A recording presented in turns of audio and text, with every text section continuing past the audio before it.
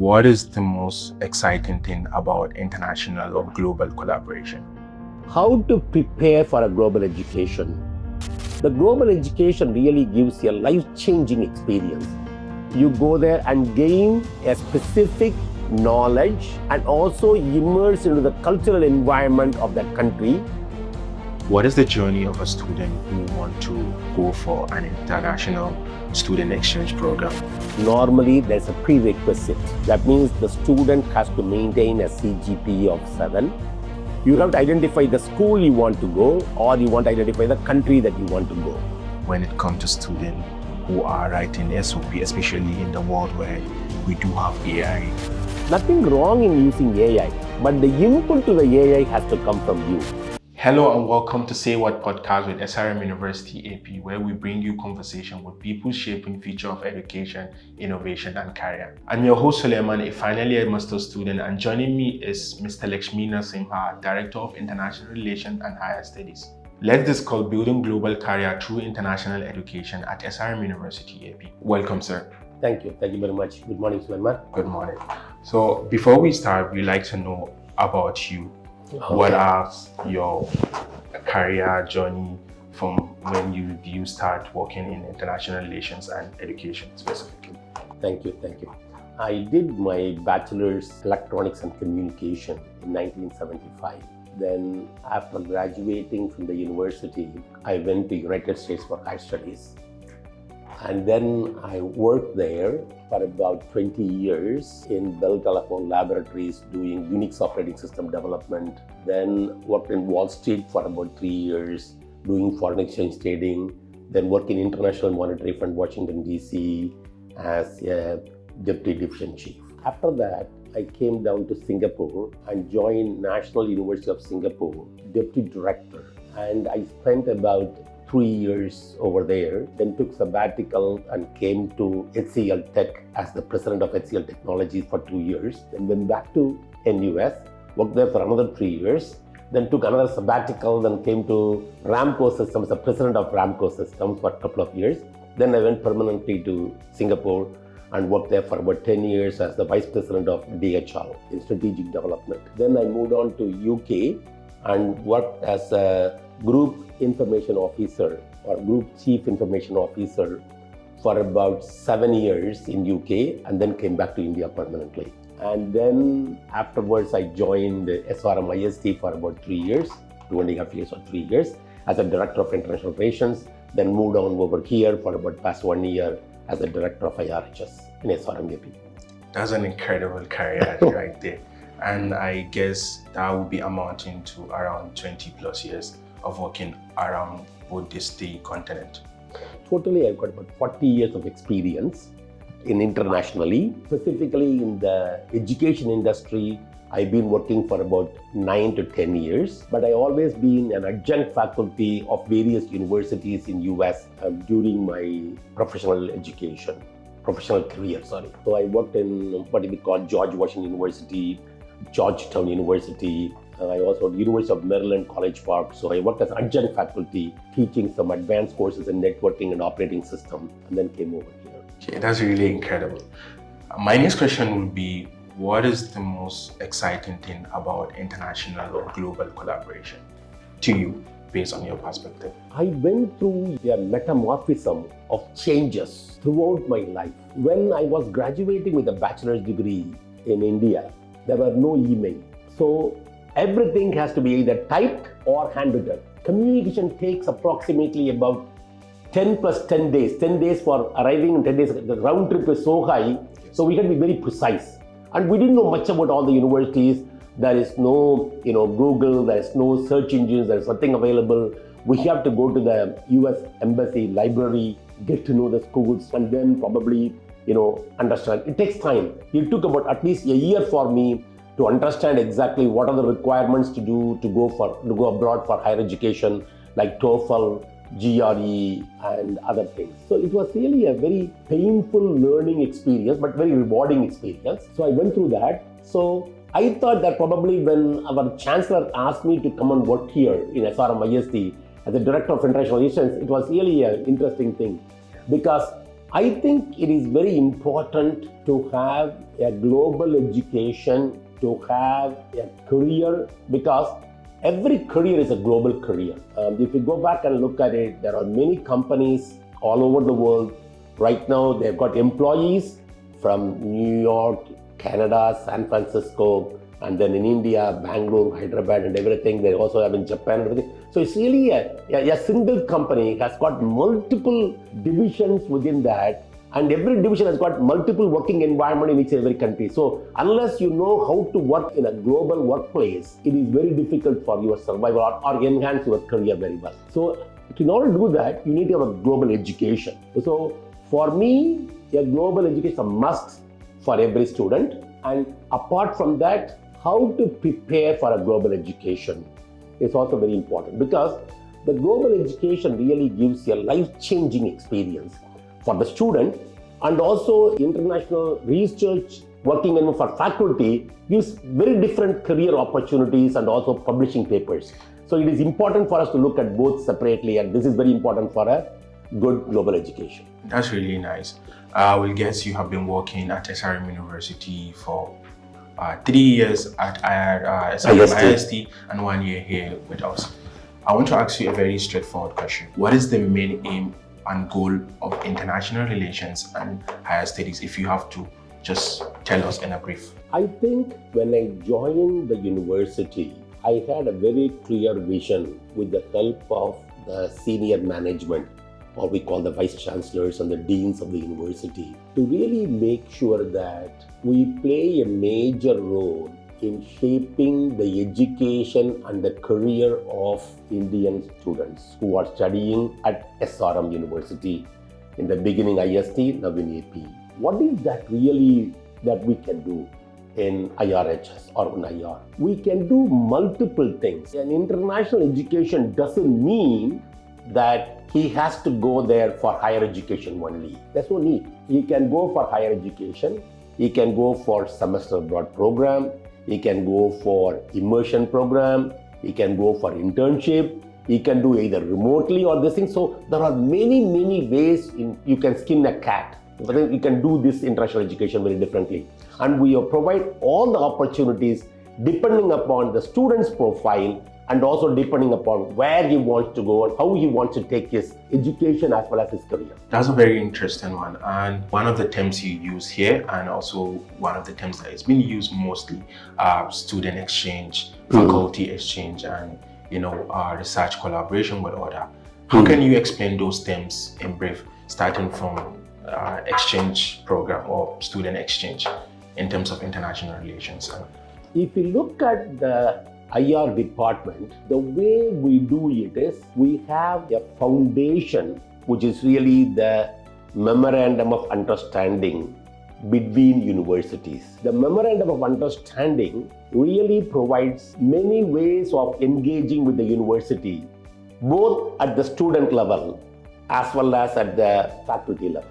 At the student level, you do have, we call generically student mobility. I mean, a student able to mobile to go to a foreign country or to a foreign institution, either online or offline personally. The same way faculty. Faculty will have a research, collaboration, international partnership, writing joint papers and everything. So the main thing is the MOU.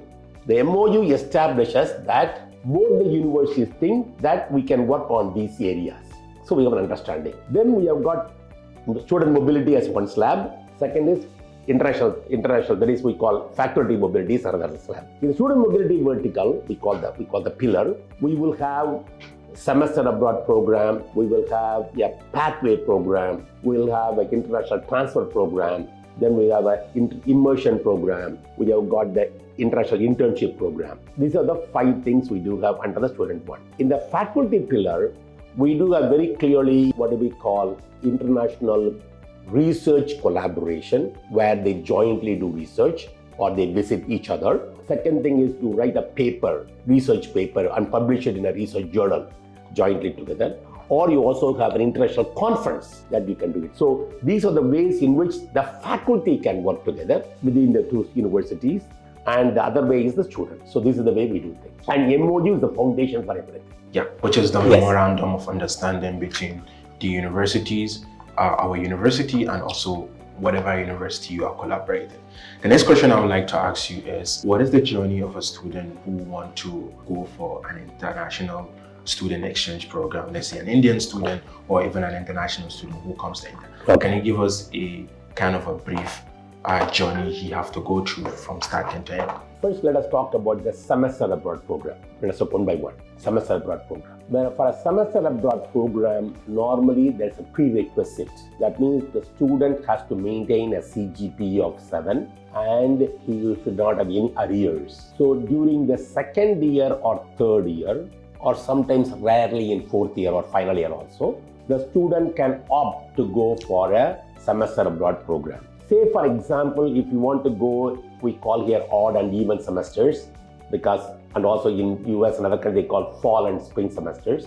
So if you are going to really do it in an even semester, you should really prepare very well for the student semester abroad program about during the early part of odd semester. Say for example, you have to start one semester 6 months before or 4 months before. For example, you should start in the month of July to go in January. The way to do that is, first of all, you have to identify the school you want to go, or you want to identify the country that you want to go. Then what we do is we go to the list of courses being offered by the university for the even semester, we call spring semester in US. So we take it, and academic advisor I'm advising very clearly that these are the equivalent courses you can take, and when you register for these courses, you will go back and complete it. When you complete, you will transfer the credits, whatever the credits you have it over there, into an equivalent credits in SRM AP, and then you can finish your entire program within the stipulated either 3 years or 4 years, depending on what program you are in. So we don't really go a semester abroad program only for international, for engineering students. We also do it for non-engineering students, like example, like chemistry, physics, liberal arts students also. That is one part of it. The second part of it very clearly is to go for an immersion program. You go to University of Malaya, or you go to Carnegie Mellon. You go there for about 5 to 10 days to really have, or in US, you go there and gain a specific knowledge and also immerse into the cultural environment of that country, so that you will decide whether you want to go there for future, either for higher studies or for something like that. So it's an immersion program. It gives an opportunity to really explore the country, explore the city, and see how enjoyable it is, that university for you, if you want to do something in the future. That's a very good one to put it. Can you please give us a little bit of elaborate about credit transfer and what is the specification? Obviously, you did mention that a student will take a credit and he go, but sometimes we don't know. University does have a different type of courses that they do take. Is there any special arrangement that the university make to facilitate credit transfer for student exchange? Very good question. The credit transfer is one of the critical activities that you do when you are going for either a 2+2 program, either a pathway program or semester abroad program. So if you do anything in a foreign university and you want to have the credits to be transferred to your home university, then you have to really look at that process very carefully. Normally, what we do is, before going itself, we share the list of courses that you plan to take during your semester abroad program or during any time that you want to take it. Discuss it with the academic advisor of yours in the home university here. Then agree with that, because sometimes if more than 80% of the course content matches, we agree with that as a right course. If it is not, then by taking that course, it is not sufficient for you to complete the course over here. So normally we look for 80% match. The second thing is, when you're going over there, you go over there and register, you complete it, you get a grade. You get a grade of either A, B, C, D or 1, 2, 3, 4, because depending upon the university, they give a grade. The grade system has to be transformed into a SRM University-AP credit system. So there is a transformation of this credit goes in there. So that one will be entered into the system and then you will graduate it that way. So the credit transfer is the one will be done after completing the course successfully over there. The course mapping has to be done before you leave the university over there to continue the education. That's a very interesting one. And I would just want to go back to some of the recent activities that you have done in the department. One of the very recent one was some of the batch of students, I think 3 or 4 students, who they started their journey from SRM University, but they later graduated at a US-based university. Can you give us a little bit of that, how that program went? Because the first question I know was more of like, you just go there and you come and graduate at SRM. But now, how does that work? Okay. Where you start your journey here and then you finish your journey over there? The semester abroad program, you will come back and finish the education at SRM University-AP. International transfer program, we call 2+2 program, means you study here for 2 years. After completing 2 years, you go and join the 3rd year in the foreign university, and 3rd and 4th year or 3rd year it's alone, you do it in the foreign university and earn a degree over there. In order to earn the degree, the prerequisite is you take the first 2 years of courses and graduate the CGPA and everything, take it over there and they transfer the credits for you. So what you do is, say for example in US, you go to University of Kentucky. We had 3 students went to University of Kentucky about 2 years ago. They graduated this last year and they were very happy with that. The way you do that is, after 2 years, actually before the end of second year, the beginning of the second year itself, you apply for transfer student to the foreign university. When they do that, they will take all your transcripts and they say, okay, fine, we understand this is your program. This is the maximum transfer credits we do it for you here. And then you have to do these many courses to graduate. So you have to go there and take those courses and graduate. The way we do things nicely nowadays is by joining with the university, that you don't really take more time than the 4 years or 3 years to complete your education. Because if they don't transfer the credits completely from here to there, a challenge. For example, I take an example here. In US, you do 30 credits per year. So if you're going to a US university, you want to transfer 60 credits when you go over there. Normally it won't happen. It varies from 48 to 58 or 54. Because in our system of education, pay more attention to the academic excellence of the subject area than making them to understand, like taking liberal arts courses. In US, even if you are a B.Tech in computer science or B.Tech in this thing or what we call BS or Canada or whatever it is, you take some liberal arts courses. Because what will happen is, here we take the electives in the 3rd and 4th year and finish it there. Whereas over there, you take it during 1st and 2nd year. So there's a difference there. So we do have some challenges, but normally we are successful now because we had experience in doing that. And right now, we have got students graduating within 2 years. That is, within 4 years, they get the B.Tech degrees when they go to a foreign country. And the advantage for this one is, say for example, I graduate with a 12th class degree. I apply to a US university. I had to pay for 4 years of education there, 4 years of tuition fees, 4 years of living expenses, accommodation expenses and everything. It's pretty high. Okay, when you study here, it is comparatively cheaper than the US. So you finish it here 2 years, you go there, and also it gives an opportunity for you to mature. In the home country, you mature it at the right age, and then you go to a foreign country. So the maturity level of the students going for the 2+2 or the transfer program is better than the students going for the bachelor's program directly from the first year itself in US. I want to talk about some of the opportunity that you already have. I'm talking about from internship to summer school. What are some of the universities that you already collaborate with? Because you did mention that you have some collaboration with some of them. Can you mention some of the universities and their? We do have about 95 MOUs for collaboration. So if I want to select a few, we work with Carnegie Mellon University. We work with BWH, Brigham Women's Hospital Research Center, where Harvard and MIT are part of that hospital. And we also work with IIT. There's IIT there in Illinois Tech. Illinois Tech is called IIT in Chicago. And then we work with Binghamton University, so SUNY Binghamton. We work with NYU. We work with Columbia. We work with the University of Southern Florida, University of Toronto, University of Saskatchewan, University of British Columbia. Then here we work with many universities. So 90, I don't want to list all the universities. If we want to select some key programs for you, we send about 6 students to MIT Harvard, or what we call BWH, to do research internship during their 4th year. Then we send about 6 to 7 students to go to Carnegie Mellon University during their 3rd year, summer holidays, to do internship over there. We do have University of California, Berkeley, to do the entrepreneurship training for our students to go over there. We do a lot of immersion program, and we have semester abroad program with the University of Binghamton. We have got University IIT Chicago, and also with the University of Perth, Western Australia, University of Western Australia, Perth, and we also have it with NUS.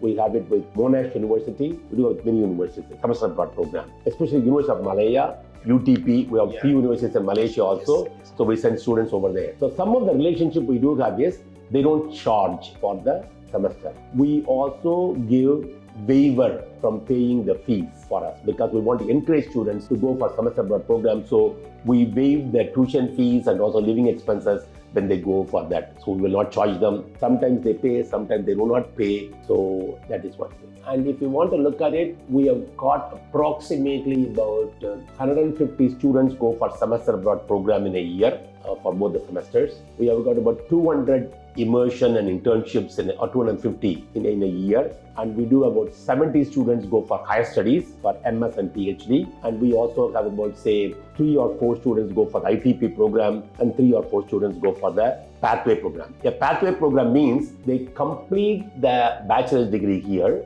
but they don't stay here all the 4 years. They only stay 3.5 years. Then they go back to the foreign university and do the master's program over there. We transfer credits from there over here to do the bachelor's degree program. And then they graduate within 5 years, both bachelor's and master's for the engineering program. That's really incredible. So I want to talk about the support system you have at the department in IRHS. Can you give us a little bit, what are some of the offices and who to even approach? What are some of the designated, do you have officers that take care of it, and how much of support do you provide? I'm not talking about the financial part, but I'm talking about the organizational structure. Yeah, to support the students. Yeah, exactly. From application to perhaps the arrival. We do have totally about 4 different group of activities we do that here. One is international student admission. That means we do an outreach program. We go there, talk to all the people in different countries in Africa, Nepal, SAARC countries, and also in countries like Bangladesh, Nepal, Malaysia, Nepal, and everything. We do also have a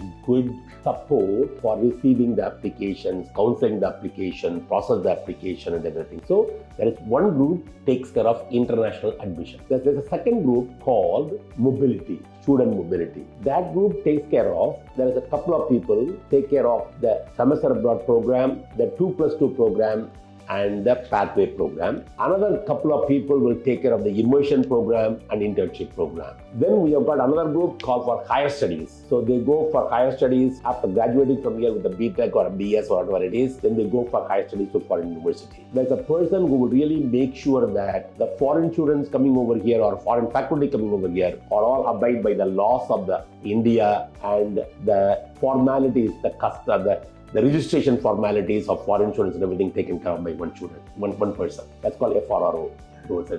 So if you go back and look at, there are about, say, 15 people in the organization. There's about 5 people work on admissions, about 2 people working on mobility, 2 people working on immersions and everything, and 2 work on higher studies, and 2 work on government regulations and formalities. And the way we do things, as soon as the person walks into our office for anything, there's one person who really the gatekeeper. He will register everything, what the purpose is for, and he will route the students to the appropriate thing. And we have got conference room available so that we can have a confidential discussion about the students, his wants and everything, and we can resolve it. IELTS, TOEFL, those are very important exams students take whenever they are going to foreign university. It does not matter whether they are going for exchange program, transfer program. What are some of the support you kind of give? I'm talking in terms of preparation. Do we have some sort of collaboration, any sort of discount, any sort of tutoring do you offer to students in terms of this? It's a very good question again. Every student who needs to go to a foreign country, to a foreign university, either for semester abroad program or go for a 2+2 program or for a pathway program or for higher studies, need to take a few exams depending upon the country they want to go. For example, if you are looking to go to UK and Australia, you need to take only English courses, that is either TOEFL or IELTS. If you are going for higher studies, either Masters or PhD into US, some top universities prefer you take GRE also and GMAT also, GRE or GMAT. GRE for normal engineering and other science courses, and GMAT is for management school admission. Then right now, Germany has got one called DMAT. Now they want to have an exam for the students before they apply to state-funded universities in Germany, that they need to take the exam. So what do we do now? We do provide the generic training for all these. For example, we provide TOEFL training. We conduct them twice in a year completely. It is completely free of charge for them. IEL training, IELTS training, we commit free for them for 2. We also provide GRE training, free for them. And we also provide, we are planning to do DMAT training, not yet, we're probably doing that. So the training is free of charge. Sometimes you need to pay for the examination fee. We also trying to find somebody who can really work with it. We've got MOU with education people who can really teach and coach for all these things. So we have a relationship with them and they come over here and teach, or they do sometimes online also, but mostly nowadays they come and teach over here. So we have got an MOU with them, they don't charge anything at all. So we have a relationship like that and we do very well with them. Can you give us some kind of advice when it comes to students who are writing SOP, especially in the world where we do have AI to do, but I know a lot of universities are looking for the unique point of view of the student. What are some of the advice you give students when they want to start to write their SOP or some sort of LOR by the professors? SOP needs to be unique. It has to be really very clear from your mind what is the statement of purpose or why we are going for this program to this school. If you are not clear in your mind to do that, then you will have a problem. First, you have to make clarity saying that why I have chosen that school and why I have chosen that degree program. Then, nothing wrong in using AI, but the input to the AI has to come from you because it has to be really unique. Yes. It should be a differentiating factor. I know a couple of my friends at the university in US and Canada mentioned to me that they almost discount or throw the recommendation letters they receive from foreign university professors. The reason is very simple. They write generic like, he is good, he is an excellent student, he performed very well, he got A, like that they write it. And he did research under me, like that. That is a very generic one. You should really write exactly what the student really contributed working with you very specifically. For example, the student, I always write it. For example, the student has got a strong perseverance. He failed in one attempt. He tried again. He was successful. And the second thing I say, he's a very resourceful person. We couldn't find it. He spent hours and hours together to find the answer to it. The perseverance he has. You got to tell the characteristics of a person apart from he's an excellent student. Everybody knows by looking at the transcript he's an excellent student, right? But the question is the extra things that he's an excellent communicator. He's an orator, okay? Because those things has to come out in the recommendation letter itself very clearly that you make it as personal to it. You don't write a candid template and give it to everybody. That's not good. That is why people say it. The same way SOP is. SOP has to be very unique. You should be really make it. That's what when you go for visa also.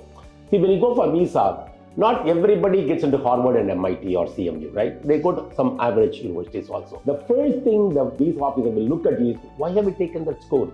And why have you taken that program? It is not the launch pad for you to go to US. No, you are going there because you want to earn that knowledge under that professor in that university. And that is important. So SOP has to say very specifically that I have done this work. I'm very good in doing these things.